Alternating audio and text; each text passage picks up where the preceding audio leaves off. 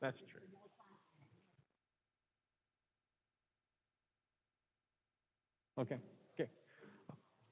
Okay, everybody, welcome tonight to the community development portion of the meeting for Monday, October 25th for community development. We have two items on the agenda. The first item is the approval of the regular community development meeting minutes from September 27th. So moved. Second. Motion made by Mrs. Mitchell and seconded by Mr. Sarah. Question. Question on the motion. All in favor of the motion, please use the voting sign aye. Aye. All opposed, nay. Motion carried. Okay, item 2 is the matter of the introduction of the Elyria Active Transportation Plan as presented by Lorain County Public Health. Sarah Tilley will be here from the Lorain County Public Health District to speak, and you can go right ahead.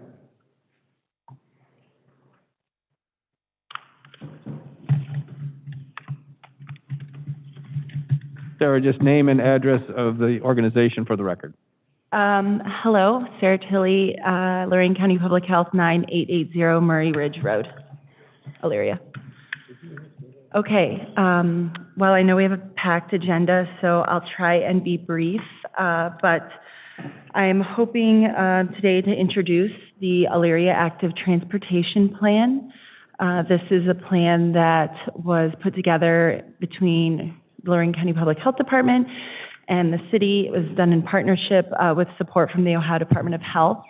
And we're hoping for the committee here to kind of get a brief introduction to what the plan is and what we did over the past 18 months to arrive at the plan, and then hopefully getting City Council's adoption or endorsement of the plan through a resolution eventually. So I'll be here tonight, and then I'll be back at a second committee to answer further questions because it's a ton of information. So a quick presentation, and then everyone can digest it, and we can talk about it and answer questions at the next committee meeting, if that's okay.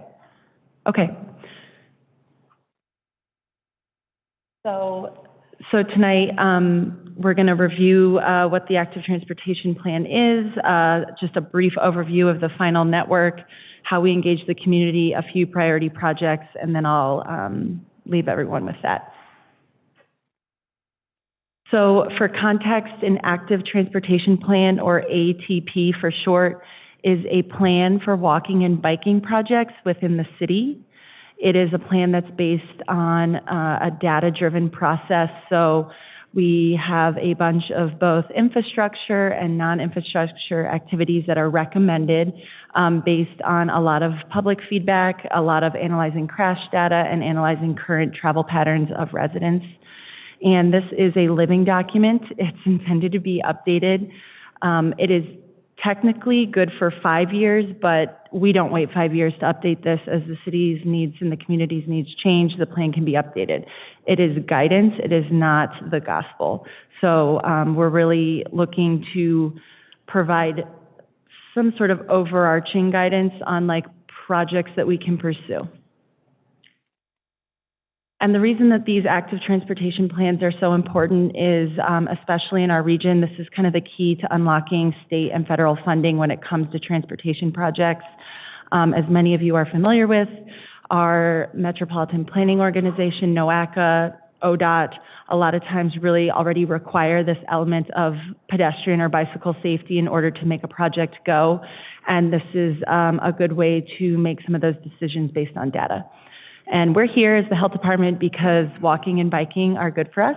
We like people to be physically active, and we want that choice to be healthy, we want it to be safe, and we want it to be easy, because no one should have to decide whether it's, you know, they're willing to take their life into their own hands when they're crossing the street or trying to get to the grocery store or trying to get to the hospital. So we're really looking to improve health, safety, and prevent chronic disease. So just for your information, this has been going on since spring 2020, all through COVID. And we have gone through all of these steps, and we're kind of at this last point where we want to officially adopt or endorse the plan, and then that really allows us to apply for additional funds for the city. So I'm going to throw up on here next the final active transportation network that you can find inside the plan. The plan itself is many, many pages, and you can read it cover to cover. But basically, here's the city network that we're looking to connect every day and major destinations through a single connected network. We don't really want any projects to be out there floating on their own island, you know, walking on a sidewalk to nowhere or riding in a bike lane to nowhere. So all of these projects are numbered, and you can read about them in detail in the plan that we can either print for you or have sent via email after this. The projects are noted by what type of project they are, and then each one was prioritized based on a set of, basically a matrix of data based on crashes that were already happening on that route, crashes specific to bicycles and pedestrians, traffic, and you know, how many bikes are using this route, as well as some public feedback and input. And speaking of public feedback, it was really quite a challenge to engage the community in COVID, in the thick of COVID. So a lot of the engagement was done electronically, which we recognize, you know, provides a digital divide issue, which is why also we encourage that this plan be looked at every year so we can continue to update and reach people who might not have been able to access the internet during COVID. But we conducted 8 community stakeholder interviews, 3 public meetings via Zoom and Facebook Live with about 10 to 30 residents in attendance per meeting. We released a public survey with 94 responses. We surveyed every Elyria City School principal because children are the biggest group of people who cannot drive a car. They have to walk and bike to many places that they want to go, including school. So getting the school feedback was really important. And then finally, we held a community walk with about 20 residents near Eastern Heights to talk about some of the challenges or concerns that they had with some of the projects identified, and really work to both answer their questions and change plans based on their feedback. So the plan will identify sidewalks and safe crossings. This is making sure that sidewalks are connected and they're in good shape, as well as improving the safety of crossings to make sure that there is good marked crosswalks on the ground, there's appropriate signage, there are rectangular rapid flashing beacons when appropriate, and pedestrian signals. So for example, take this intersection at the Hilltop Park. This is what it looks like now. And then with recommendations like sidewalks or improved crossings, this is what we're saying, you know, it could look like if this project was supported and chosen by the public. Here are some of the top places where we selected sidewalk projects based on all the feedback we gathered. Again, these were the ones that rose to the top, but we don't have to implement a plan in the order that the projects were selected. Sometimes circumstances happen where it is, you know, the right projects, the right time with the right funding source that allows us to maybe go for a project that was ranked number 7 instead of number 1. So this is not the be-all, end-all of what needs to happen or when, but these are some of the top ones. Again, some of the top crossings in the city that were also identified as needing, you know, additional supports to support pedestrians and bicyclists. Another thing you'll find in the plan are neighborhood greenways. This is it seems like a tricky concept and it kind of throws a lot of people, but if you can think of a nice, comfortable neighborhood road where people aren't speeding and there's not many cars going by, there are trees, there are cars parked on the side of the roads, you'd feel comfortable biking in the road. This is what we're talking about, neighborhood greenways. Here's an example of an existing street and what it might look like with a neighborhood greenway. So we're talking about big trees, existing signage, maybe there's a sharrow on the road, maybe there's a speed bump, but neighborhood greenway, think calm, think comfortable street. So here are some of the roads in this that were identified as potential greenways. They're often roads that have current speeding issues, and we want people to slow down and, you know, not hit bicyclists and children walking to school. Another thing you might find in the plan are separated bike lanes. I think we're all kind of familiar with them because they are right outside on Middle Avenue, but bike lanes usually go on that have high volumes and high speeds. You might not feel comfortable riding near cars because they're traveling fast and there's a lot of them. So there's a physical separation between you and the car. This is Leo Bullock's Parkway as it looks now. You know, if we had a bike lane on, this is what it would look like.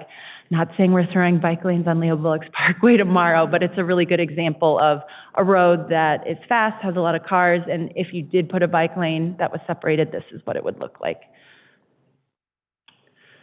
Here are some of the roads that people identified as they would bike on if there was a bike lane. Apologies for the typo on Leo Bullock.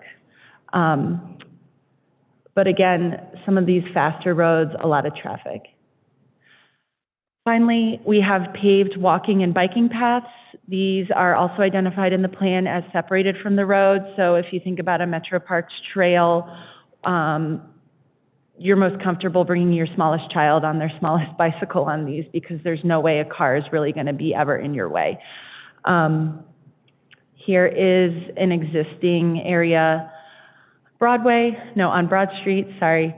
And here's what a shared use path can look like. So it's usually paved asphalt, which is inexpensive to lay down compared to concrete sidewalks sometimes. So you can bike, you can walk on here, but it's basically accessible and out of the way of the car. And here are some of the top selected places where a walking or biking path was identified. Of course, Abbey Road, we already have kind of a separated path that comes down from Sheffield, but it kind of ends abruptly. This was one that people would like to continue so they could get to the college, especially when we have students riding bicycles. So that was a really fast overview of a very big plan with some of the major components identified. You can read more in depth in this proposed plan, and I really, it'll put you to sleep maybe, hopefully not too bad, but I'll be here at a future committee meeting to answer questions and talk more in depth. I'm welcome to take questions now or comments, but I know some people want to digest all that information before coming up with any comments or questions. Well, thank you very much for that presentation. Does anyone on the committee or on the panel have a question? I see Mrs. Davis does. Through you, Mr. Chair. My question is, when you put the bike path on a residential street, I have one on my street that runs into West River, and it goes west off of Route 57 on Bell Avenue, and we're running west. And the signs are up. My street is a speedway. They pay that no attention. And we've been trying to lower the speed on my street for years. So my comment is that if you're going to put a bike path on a residential street, which this is what it's showing, can't you lower the speed limit or help enforce the speed limit? Because we're always fighting, trying to stop the people from speeding down the street. I don't care if it's one-way or two-way street. It is awful. Yeah, that's a great question, and a concern that comes up from a lot of residents through this process is speeding. I think speeding is the number one thing we always hear, like people speed on my street, yes. They speed everywhere. And I'm not an engineer, but a lot of our engineers will also tell you adjusting speed limit is a really, really hard task, going through ODOT, getting speed limits changed. So the plan doesn't identify a lot of roads that need speed limit changes because you might get stuck for a long time working on that.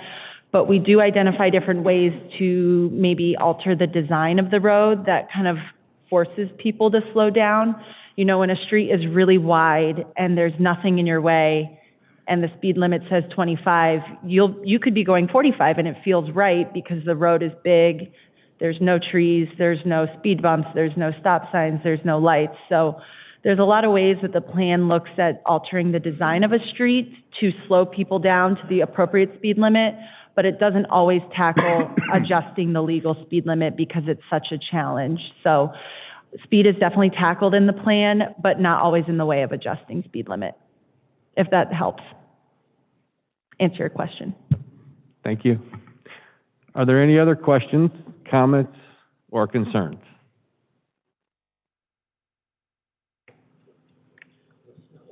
Okay, well, seeing none, Sarah, I'd like to thank you for the presentation.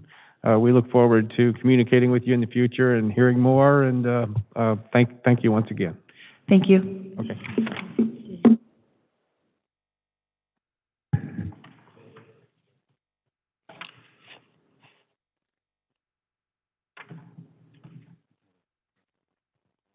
At this time, I'd ask Mr. Stewart to please call Finance. I'll call Finance to order. Thank you, Mr. Stewart. For the joint meeting with Finance and Community Development, we do have 5 items. First item is the approval of the October 12th, 2021 joint CD Finance meeting minutes. Can I get a motion? So moved. Motion made by Mr. Sarah, seconded by Mr. Baird. Question. Question on the motion. All in favor of the motion, please use the voting sign. Aye. Aye. All opposed, nay. Motion carried. Okay, item 2 is the matter of the fiscal year 2022 Community Development Block Grant, CDBG Action Plan Update.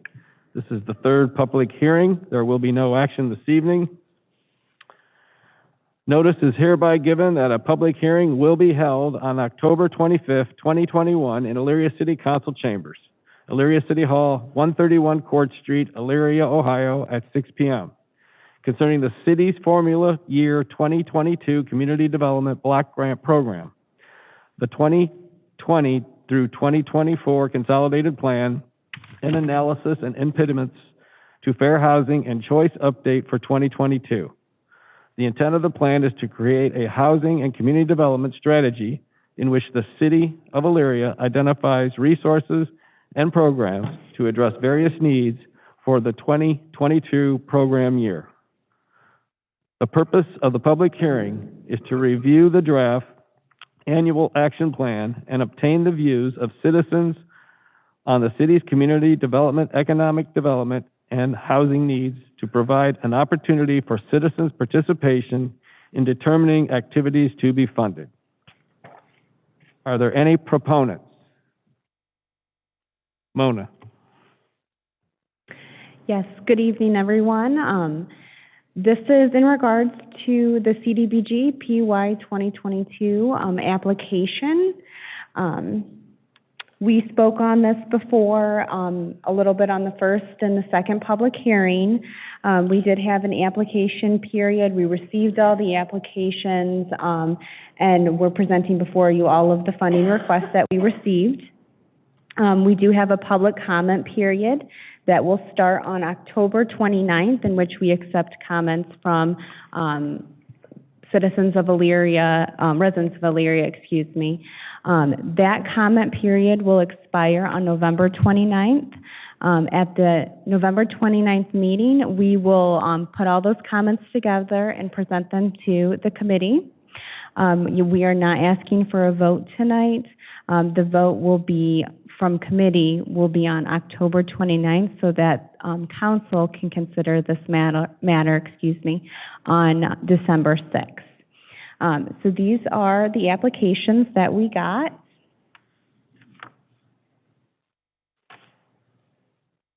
And I did leave these spreadsheets at your stations there. You have seen this before. These are all the applications that we got for all of the amounts that was requested. And as you can see, we are about $380,000 over our budget as a whole, and we are about $98,000 over budget on the public service cap.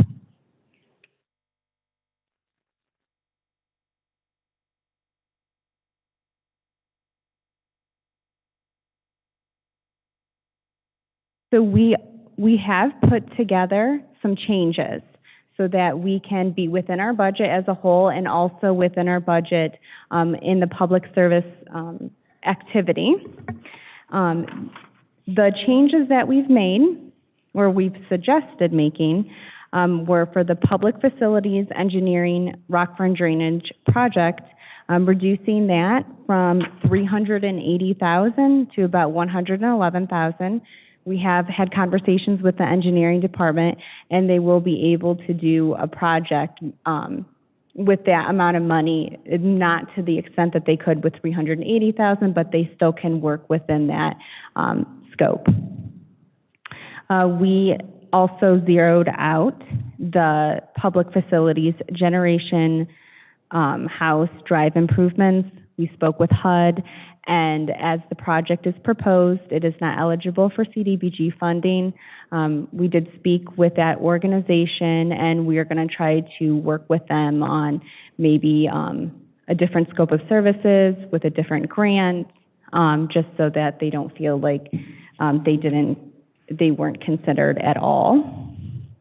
The third change was to reduce the Save Our Children budget from 16,000 to 10,000. And also, we just became aware that the Good Nights Bed Blitz program, they have declined consideration for funding. So we can move those funding. I can put something together and move those into some different categories for your consideration at the next meeting as well. And the last change I've kind of grouped together was to move the Elyria Seniors Programming into CDBG COVID, along with the Salvation Army Utility Assistance Programming and the Neighborhood Alliance programming. So in this way, we were able to accommodate everybody's request. Some people got less than what they asked for. I went over those numbers with you. Other people, they got their full funding request. And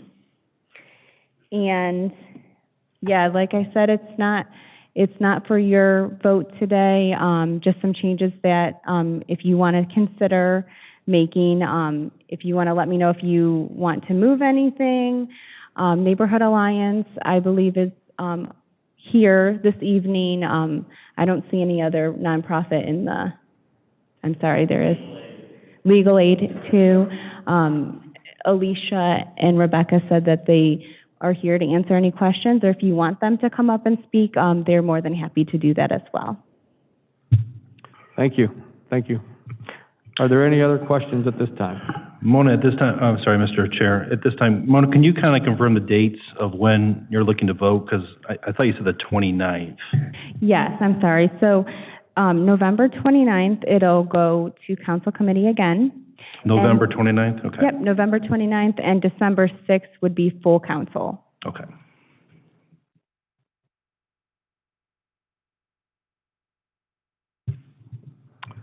Mr. Tilley. Through you, Mr. Chairman, and this might be a question for Mr. Snyder. Sorry. The Rockford drainage, could the balance of those funds, if they are needed, potentially come out of the infrastructure bill that looks to be passed this week?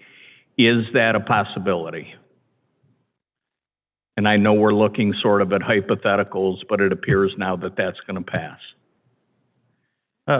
Through you, Mr. Chairman, is it a possibility? Sure, but I'm sure it's something we'd have to apply for, and I have not heard as far as what requirements there are for applying for those funds yet.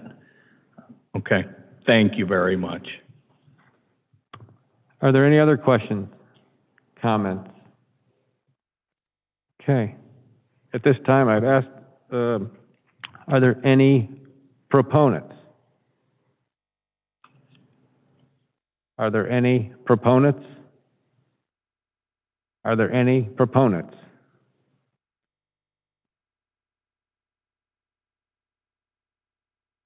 Are there any opponents?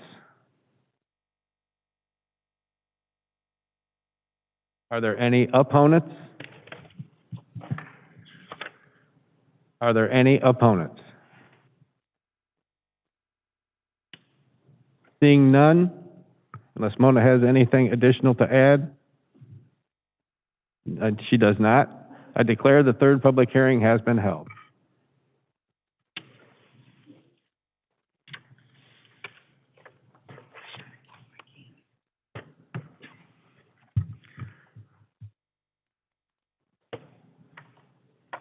Okay, item 3 is the matter of the Community Development Block Grant CDBG Consolidated Annual Action Plan Substantial Amendment, I am so sorry.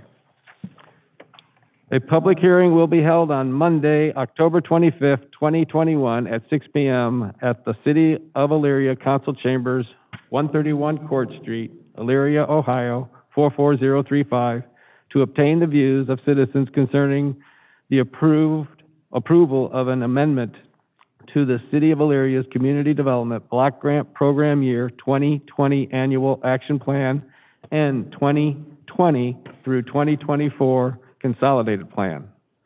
The proposed amendment will be available for public viewing at the City of Elyria Community Development Office, Suite 302, Elyria, Ohio, 44035, or electronic version will be available at www.cityofelyria.org. Are there any proponents? Mona?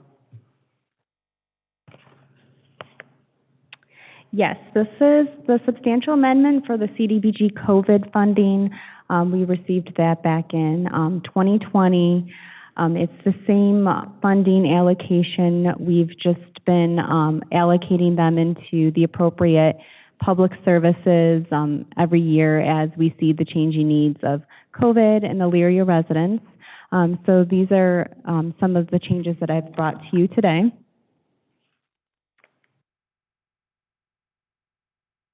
And I'm sorry, this is still under the public comment period.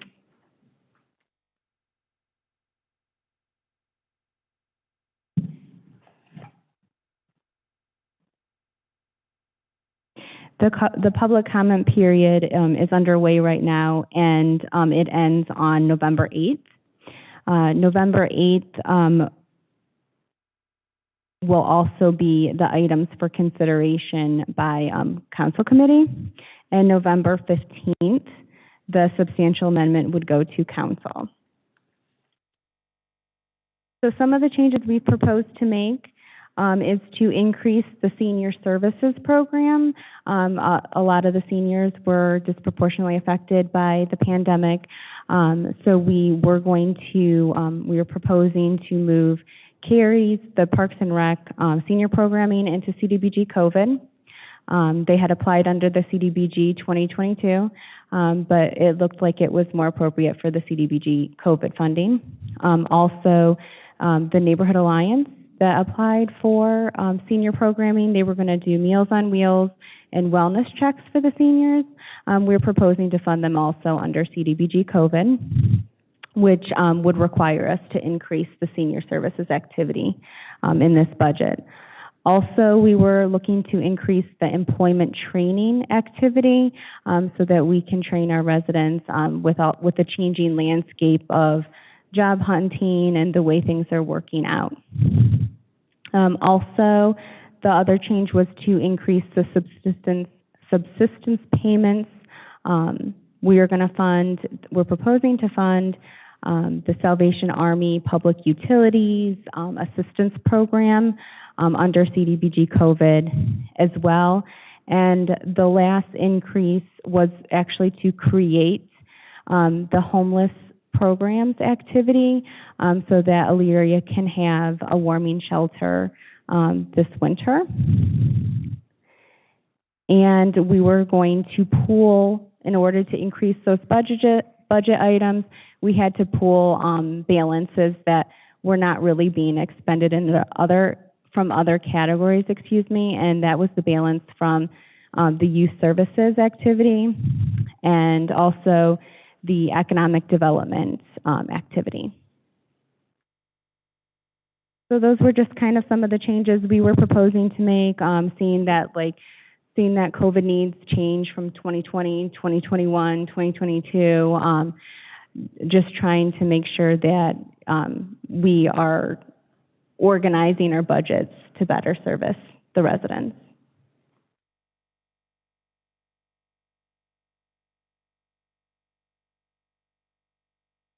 Thank you. Are there any questions? Are there any proponents? Are there any proponents? Are there any proponents? Are there any opponents? Are there any opponents? Are there any opponents? Hearing none, I've declared that this public hearing has been held. Thank you. Yes, and thank you, Mona. Item 4 is the matter of adopting the American Rescue Plan Essential Services and Business Service Policies and Procedure Manual. Dawn Calvert. Thank you, good evening. My mask is stuck on my earring, so I'm really struggling here. You'll get it. Well, I'll do my best with my mask on. So this is referring to the matter of adopting the American Rescue Plan Essential Services and Business Services Policies and Procedures Manual. As you know, the programs we've already created, and they allow us to focus on small business assistance and public service assistance, similar to what the programs we did under the CARES Act, that funding program that we did. The budget amount for each is $500,000, again, which council has already approved. What we're asking you to approve tonight is the policy and procedures manual that allows us to have documented policies and procedures that can be followed by staff as well as the public to know that how we're managing these funds and how these programs are going to be administered.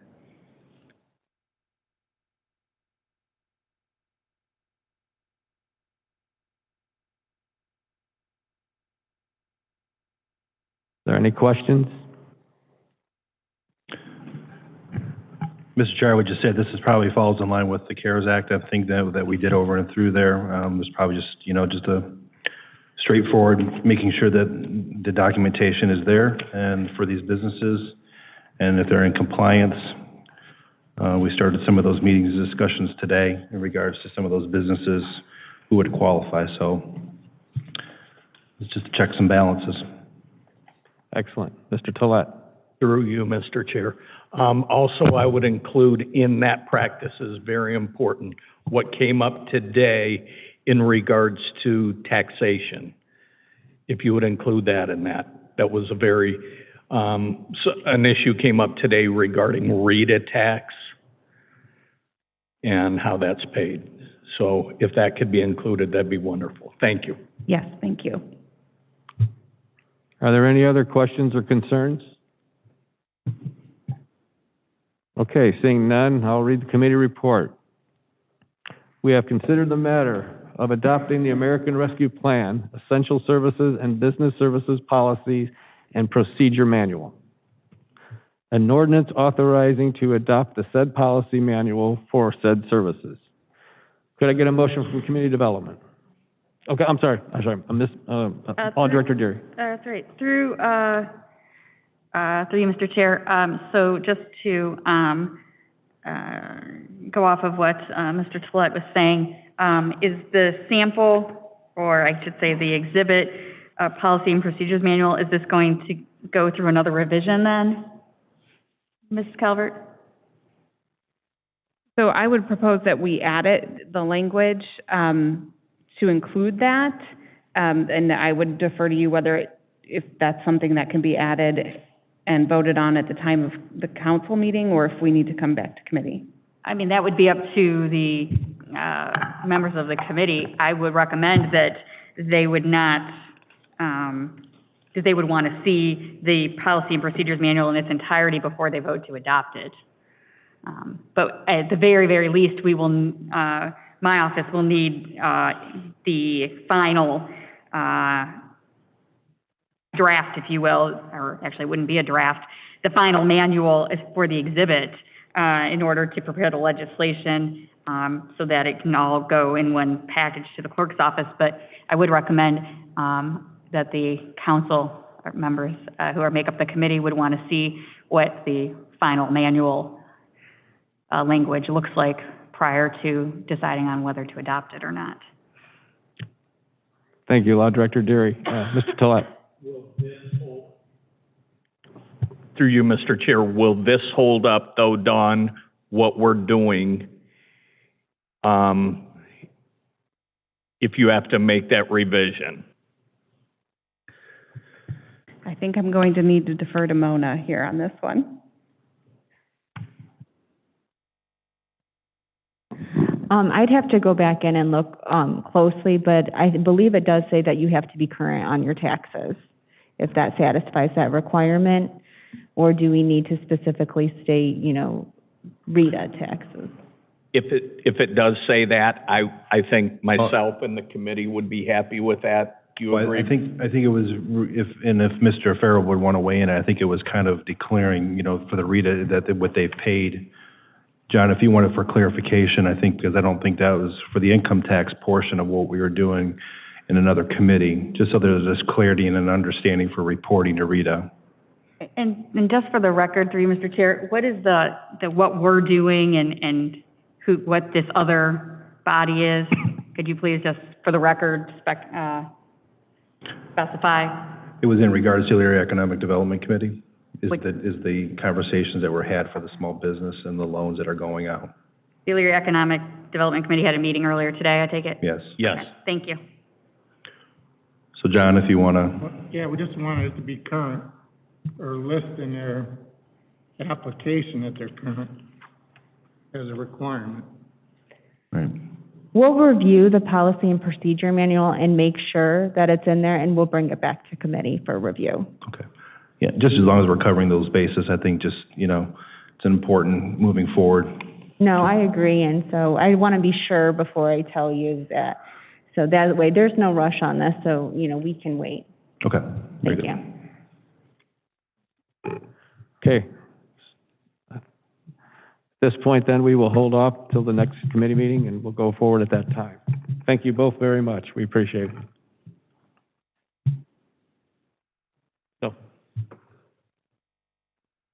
Okay, one more item for the joint committee, and that's the matter of the Elyria Parks and Rec projects for discussion, the Aquatic Center, North Splash Pads, South T-ball Fields, and Oakwood Stabilization. Discussion only. Carrie. Thank you, through you, Chair. Yeah, so me and Mr. Hoagland are here to present some things that we have done with Issue 6 money and some things that are still in the master plan to be done. Have a discussion, answer questions. So I'm going to turn it over to Pat with Brandstetter Carroll, and then he'll go through his presentation, and then we'll answer any questions that you guys may have. Thank you, Carrie. Just please state your name and address of the organization for the record. Patrick Hoagland from Brandstetter Carroll, Inc. What else did you need?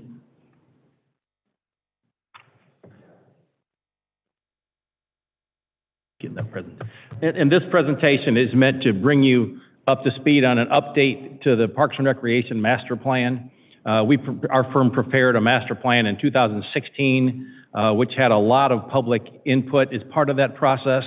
And then Mayor Whitfield asked if we would look at updating that plan, because a lot of things have changed since that time. And we'll go through some of that here. So we'll talk a little bit about the priorities from that 2016 plan and what's been accomplished from that plan, and it's some tremendous accomplishments. But there's still a lot more to do. It was a 10-year plan or longer, and we're about halfway through. So what is left to be done? And then we did a new survey at this recently, so we have some input from that. And then some recommended 2022 projects to bring before you to just to discuss at this point. There's no formal action at this point. Okay.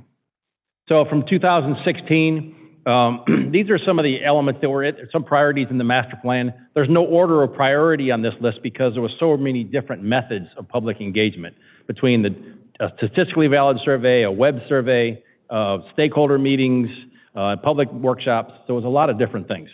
So upgrading your existing parks was by far one of the top things in that plan. Trails and connectivity relates to your active transportation plan. Programs for teens and seniors were something that came out. Upgrading your fields, some splash pads, new outdoor family aquatic center came up. An indoor pool was important to a lot of people. And then land for more parks, community centers, being able to do some things indoors that you can't do at your centers now. More outdoor parks and facilities that are closer to home. some additional gym space and some indoor courts to meet the demand, more fitness programs. Fitness is important to a lot of people. And then more community events and concerts. People love those kind of activities that bring the community together. And then also dog parks. So now I want to talk about this, quite a bit of, I'm not going to read every one of these, but a lot of things have been done since that time.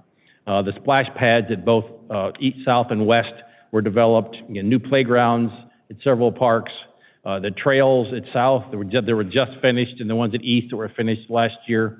The new restroom is installed at east, and there's, I guess, a shelter and some other work to be done there as well. Rec center flooring at east and west. The ice rink was upgraded with new locker rooms and new compressor and other improvements. Wi-Fi and security camera installation, new outdoor basketball courts at East, South, Abbey Road, Washington Village Park. Pickleball and tennis courts have been improved and upgraded. You've resurfaced parking lots at several facilities that were really in bad shape. And then new shelters and restrooms and a dog park at Hilltop. And other projects, such as developing online registration for the convenience of your customers and your citizens, the new fountain and plaza, new maintenance complex. But there's still several things and some big ticket items that haven't been completed.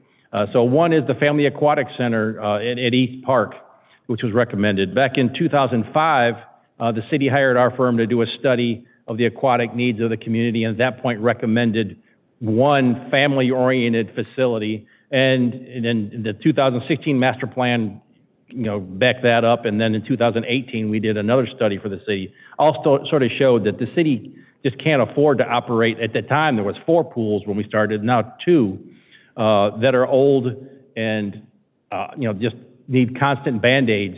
There's probably $500,000 worth of improvements need to be made just to keep those facilities up and running for a long period of time if you want to. So another idea is a splash pad at North, as that pool is outdated and you have one, so there's really not much room to expand to develop a pool at North, so a splash pad, and I'll show you an example of a baseball-themed facility at that site. Then eventually the demolitions of the pool at North and East, expansion of the fields at South, so for a T-ball field and also some multi-purpose fields for football and possibly soccer there. At an area that's sort of to the left of where the pool used to be. Add additional and upgrade the courts at East, Academy Court, and Hilltop. Women's hockey has grown quite a bit, and you got enough room for 3 or 4 women to change now. They really need more play space in there for women to change comfortably. And new playgrounds that haven't been replaced yet, and then the trails at West Park and Finwood. And I want to point out that the trails and a restroom and pickleball courts at West Park are part of a grant that the city was awarded, and they don't have the final paperwork on that yet, but that's something that's in the works. So how would you fund some of these projects? Issue 6 is one of the obvious ones. The CDBG being used primarily at South Park, but possibly for some the elements at West Park as well. Grants, the ARP funds, sponsorship and naming rights for some of these facilities, and other private donations or possibilities for paying for some of these improvements. But some things have changed since 2016, which is the reason for doing this update. One is, at that time, youth football was using Academy Court with no parking lot and no other facilities out there. Now they're using better facilities. They're using at South Park and in the stadium. So it opens up Academy Court in a growing area of the community that to be developed into a community park. The Little Leagues have consolidated since then. Back in 2016, there's more youth baseball, more leagues. Cascade's been redeveloped since then. The growth of women's hockey that I mentioned. Oakwood has been acquired. The growth continues in that west side of the community, and the schools are redeveloped. Sites have been vacated. In the neighborhood where I grew up by McKinley School, which was our neighborhood park, is no longer going to be a park. So there's going to be gaps in the delivery of your services and where the parks were, so that needs to be looked at. A few results from the most recent surveys that were done. We just picked some of the top ones. We asked what type of facilities are not being met in your region. So the indoor swimming pool is something that came out quite a bit, and that's something to talk about. Dog parks, and you've developed one at Hilltop Park. Outdoor aquatic facilities was third on the list. Trails always come to the top of the list. A stage or amphitheater somewhere outdoor for concerts and performances.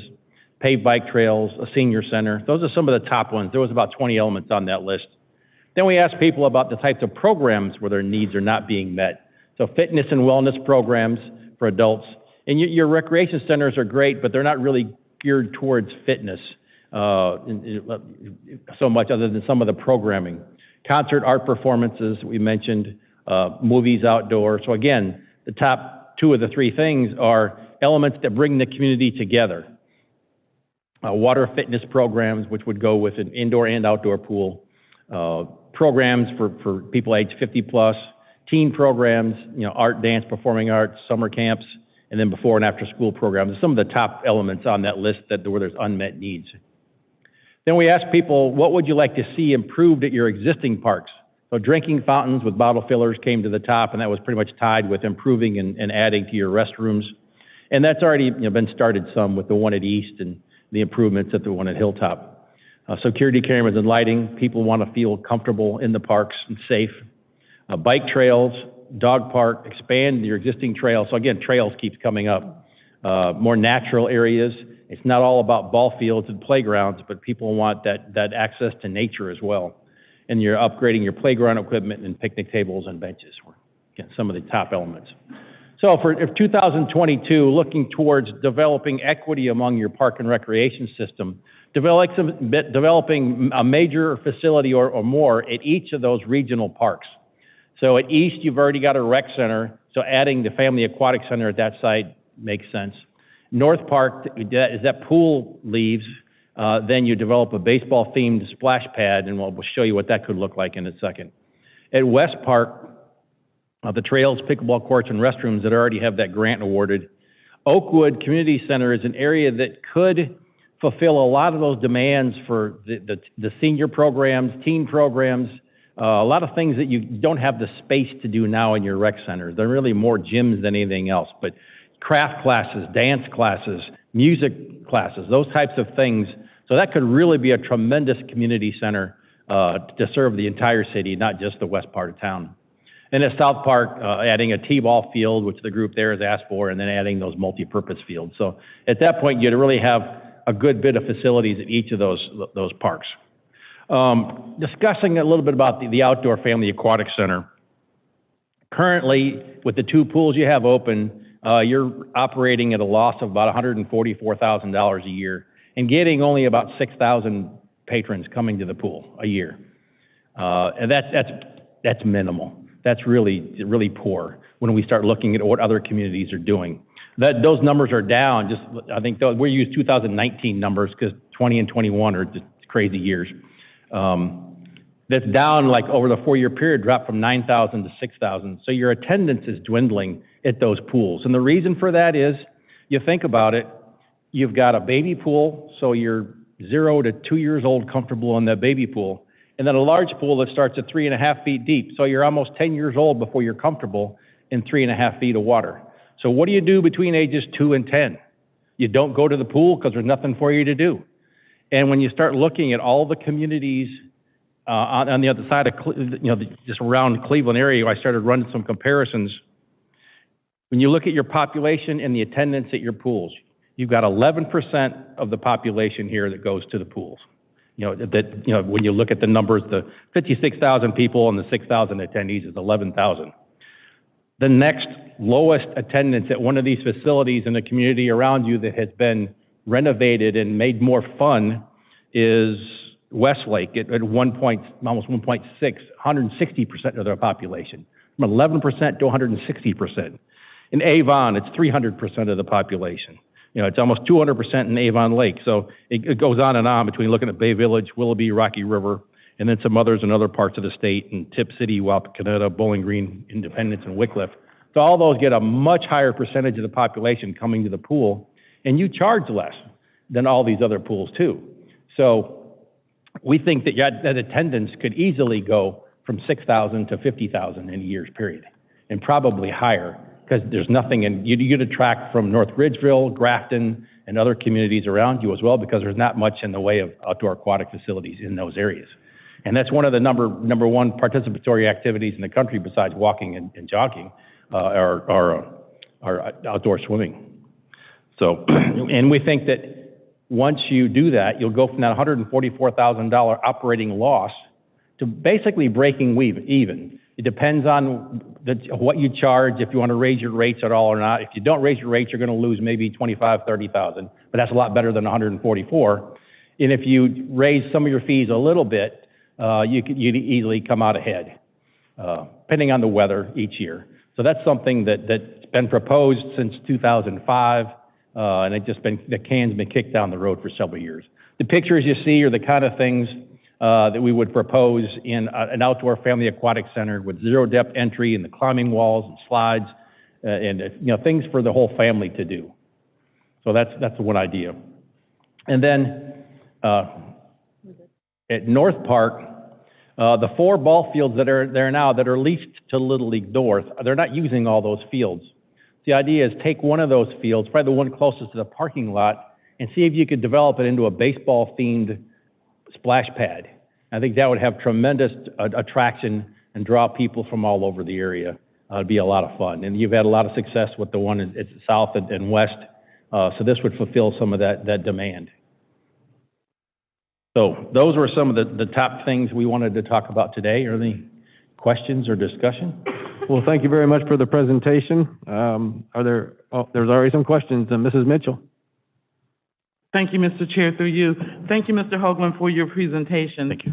I have several questions, so please, with your indulgence, how was East Park decided for the location of the aquatic center? Yeah. Why in an outdoor aquatic center? Okay. When, to me, indoor-outdoor would make more sense. Why not West Park? It's big, it has a location. Mm-hmm. We'll start there. Thank you. Okay. Yeah, those are good questions. And somewhere I've got numbers to back up those things. But when you look at the 0 to 1 mile radius and then a 1 to 3 mile radius in the city around each of those pools, and those are the primary markets you're tracking from. East has the highest number of residents within that area. South is second. And then in west is the lowest of those areas. The people that could easily walk or bike to the facility. So that's one reason. There is room at west. You could do it there. There is room. But you've already got the splash pad there now. Mr. Chair, so it's really east. And when you had all 4 pools open, east by far always had the best attendance by a long shot. I don't have the exact numbers, but when they were all 4 open, that was the one that had the most attendance. So that's the one of the reasons that it was done at East. The question between an indoor and an outdoor, they're really 2 totally separate things. The indoor facility, you can have tremendous programming at. Just the water aerobics, the swim teams, the lap swimming are tremendous. But you're talking about a $10 million facility where we've done a lot of case studies. You're going to lose $250,000 a year operating an indoor pool. Now, I don't know that the city wants to spend $10 million on something and lose $250,000. We've done lots of case studies on this. In an outdoor pool, like I said before, you can break even. If you design it correctly, market it correctly, so that's, and you're only spending $4.5 to $5 million at the most. And you're attracting a totally different number of people. The outdoor pool, most people think about swimming outdoors in the summertime. The indoor pool will not have as many people throughout the year than you will have in an indoor pool, an outdoor pool. Outdoor will just attract a lot more people, more families and things. But the indoors, there's great programs, but you can partner with somebody, with a healthcare provider to, and get some sponsors for an indoor type of a facility. So I'd say if you're looking to fulfill that need, and there is a demand. I got a sister that goes to Oberlin like every other day to swim. She'd love to stay in Elyria if she could. So, but that's just the realities of indoor aquatics versus outdoor. Putting them together, the indoor facility is really a regional facility. The outdoor, you're going to get a lot more neighborhood use as well as people coming from throughout the city. Okay. Thank you, Mr. Chair, through you. So I'm gonna push for West Park because that's what I do.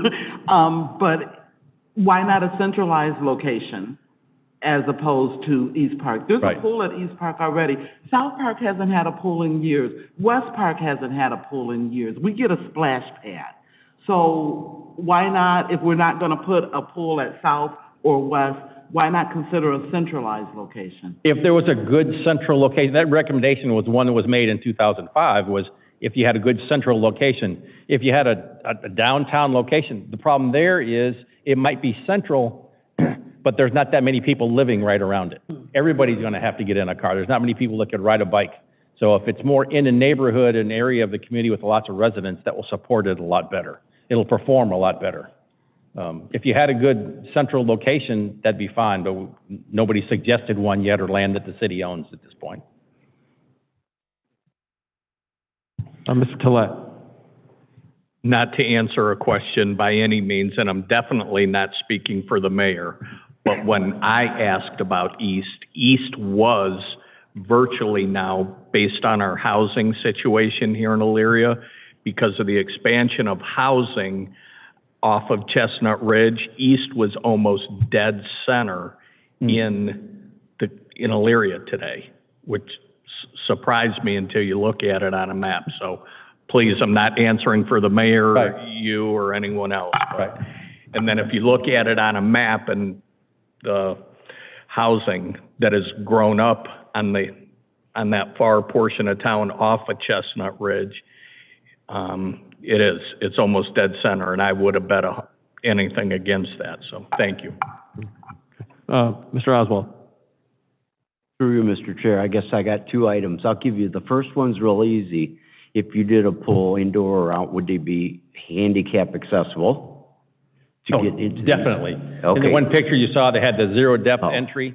It just makes it accessible for everyone, yes. Okay, so that was the simple one. The next one is, I have to agree with Donna as far as an indoor rather than an outdoor. And sometimes it's not all about money. And yes, I know there's a big difference in an indoor and an outdoor. But I think with an indoor, you're using it year round. You can have good, steady planning for things that you do aquatic, swimming and elderly or young, Right. because you're not worrying about the weather and, oh, it's got to get canceled. So if you did, like you mentioned, partner with somebody, that could be a good partnership to do something like that where you wouldn't lose money. But sometimes it's not always about money, you know, as far as we know that we may lose some, but if we're giving this good stuff to the city, we're getting it back in other ways that you don't realize. Because sometimes then when they come to the pools, they're feeding off of some businesses around the area, getting them out to do things. So, thank you. If I could react to that, again, it's not a matter of one or the other. There's a demand for both. If you build an indoor pool and don't do anything to your outdoor pools, the demand will still be there. People still want to swim outdoors in the summertime. And the numbers, those communities that have an indoor pool and an outdoor pool, the outdoor one, the Family Aquatic Center, just has a lot more people, more residents that use it than the indoor pool. They're both can be great facilities, but I'd say you wouldn't want to develop the indoor facility and not do the outdoor facilities. People still want to swim in the summertime outdoors. Or not at least update the outdoor. Yeah, or, you know, the outdoor ones at least need to be updated. But if you were to just put, you know, $500,000 of Band-Aids on those pools and fix up the pumps and filters and fix the cracks and everything else, you'd still have an old, boring, you know, bunch of pools, so. Mrs. Davis. Through you, Mr. Chair, I have the solution. On the west side of town, starting from the police station, take all that area that connects to Cascade Park. We can have an inside pool that the people from all over come to Cascade Park, right on the west side, walking distance to downtown. You couldn't beat it. Right by the police station, she's saying. Cascade, Park View Court, all that area. So that's a suggestion. It's West a good, side. Yeah. that's something we should think about. Definitely. Mrs. Mitchell, do you have your hand up again? Oh, I'm not done. Oh, okay, okay. So Go right ahead. in exception with what Mr. Tilley said, there has been tremendous growth over on the east side, but the west side is growing too. We've got a new development, Fairfield Estates, Springbrook. There's another, Mr. Yost is building another development. So the west side is growing as well. Don't sell the west side short. West Park could be a prime location to add a pool. And one thing we need to think of, I don't care what you put, how the heck are we going to pay for it? We got to figure out how to pay for it. And it doesn't matter if we get the money to pay for it now. You got to think 5, 10 years down the road. You got to pay maintenance, you got to pay insurance, you got to pay lifeguards. Where is that money going to come from? We got to think about that as well. Right. Thank you. Excellent. Okay. I'm sorry, Mr. Plesky. Thank you, Mr. Chair. As we move through these discussions, I would just remind council, excuse me, that our largest taxpayer is transitioning jobs out of Elyria. When it's all said and done, our income tax revenue is withholding tax will drop by $1.5 million. And an undisclosed amount for tax on net profits, which I can't report because it's confidential. So it may prove to be difficult to maintain our current level of operations with that type of loss of revenue. So I would like everybody to keep that in mind. Thank you. Are there any more questions? Did I see more hands? Mr. Stewart? Yeah, Mr. Hogan, thank you for your presentation, and Ms. Mitchell kind of stole my thunder there in regards to, and that's going to be more conversations that we're going to have in regards to the funding mechanisms that were kind of displayed here as far as where we can utilize some of these dollars, and then Mr. Pulaski kind of segued into where we're going to be heading out here by the end of next year. So, these are all conversations and discussions that we're going to continuously to have, and these are all important, but I think we need to take the time because, the ARPA funds and the Issue 6 funds, they're there. But as of 2024, they're not going to be there. And, they're going to be encumbered. But after that's all said and done, that windfall of money is not going to be there. And we have to have a plan in place and making sure. These are ideas that we want to have. And sure, it's exciting to have the splash pads, but the bottom line is, can we afford it? And at the end of the day. I welcome those additional conversations and discussions in regards to, the ways that we can kind of get to this. But so, Mr. Hogan, what would an outdoor facility cost? I know today's market's kind of crazy just because of the materials and the supplies, but what would you estimate? Yeah, I think we could develop a really good quality outdoor family aquatic center for about $4.5 million total budget. That includes, design fees and permitting and everything else. Maybe a little bit more than that, depending on what the market does. But okay. And then is that double then for a combination? For an indoor facility, just because you've got a lot more. It's going to be around $10 million for an indoor facility. You got a lot more air handling type equipment and specialized equipment indoors. Okay, thank you. Yep. Mr. Tillett? Through you, do you know, does Avon and Avon Lakes outdoor facilities, do they break even? I believe so.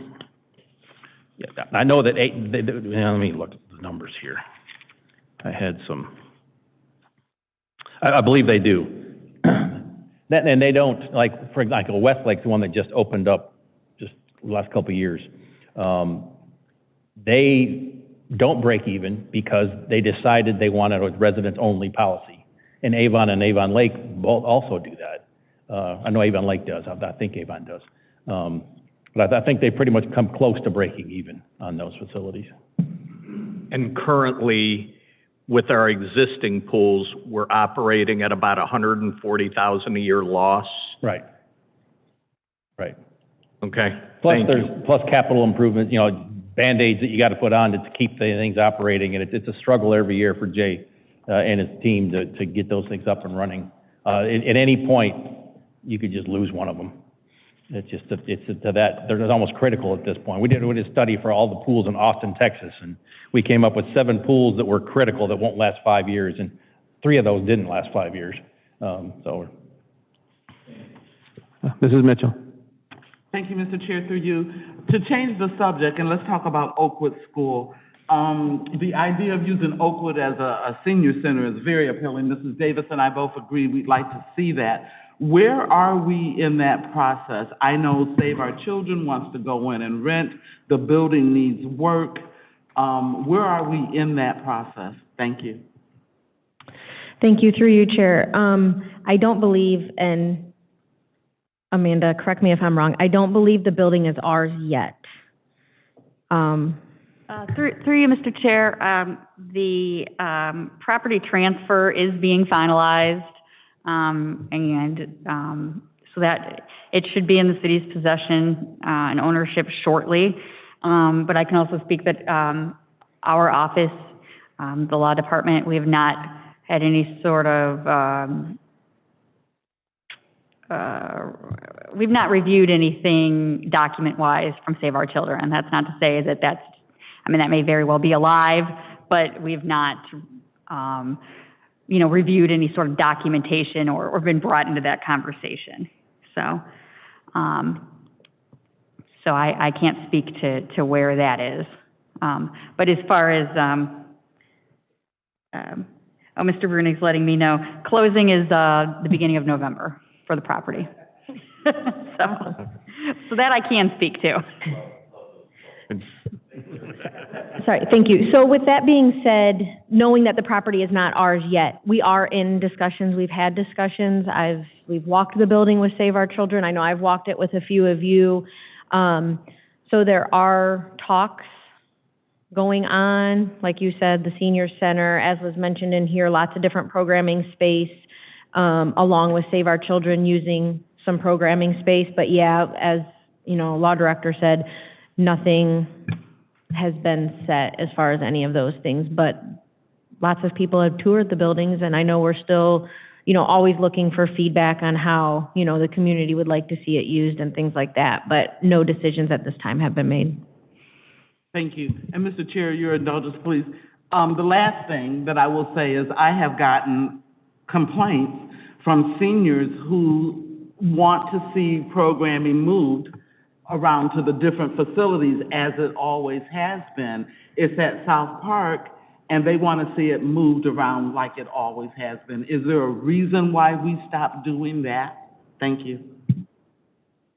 Thank you. Yes, I have heard that from some people, along with some council members and also people in the program. So we have taken that under advisement, and we are in discussions to possibly move it. Mr. Chair, do you move it permanently or move it like it always has been? Possibly going back to the rotation until we figure out kind of what's going on with Oakwood. Okay, thank you. Okay. Thank you. And I saw Mr. Oswald had his hand up. Through you, Mr. Chair. I guess I'm always thinking investment, and maybe 20 years ago I was working custom homes in Avon. Our competition always was Westlake, so I had to drive through Westlake to see what kind of competition, why everybody wanted to build in Westlake as compared to Avon. When you drive through there and you see these parks, you see these libraries, they're Taj Mahals. Yeah, they pay more taxes, but this is what draws people to these places. So we want to do stuff for the residents in the city that are here right now, but these are things that make people come to the city of Elyria, and that's what you want. The more people come in, yeah, maybe we lost 140,000, but because we did that, we ended up with 3 more building developments, and now the city of Elyria is starting to grow, and now with the city has more houses, more taxes, they can pay for more things. So I think if you can get past just that part just for our residents. Now, let's see what it draws, because they're really cool places. So we shouldn't just go maybe low, higher, go home type thing. And I know we have to find the money to do it, but if we could, this could be a big draw to our city and something to market, just like Cascade Park or our trails or our falls. So we could add one more to our list. Thank you. Okay. Seeing no more questions or comments? I'd just like to say it was an excellent presentation. Discussion was great, and we're looking forward to more future enthusiastic discussions. Thank you very much. Thank you. Thank you. At this time, I'm going to defer to Law Director Deary. Thank you. Through Mr. Chair, I would request an executive session to discuss possible real estate acquisition by the city and also matters involving a TIF.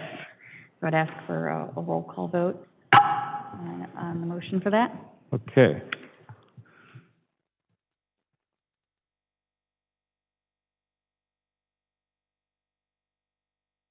Right. Okay.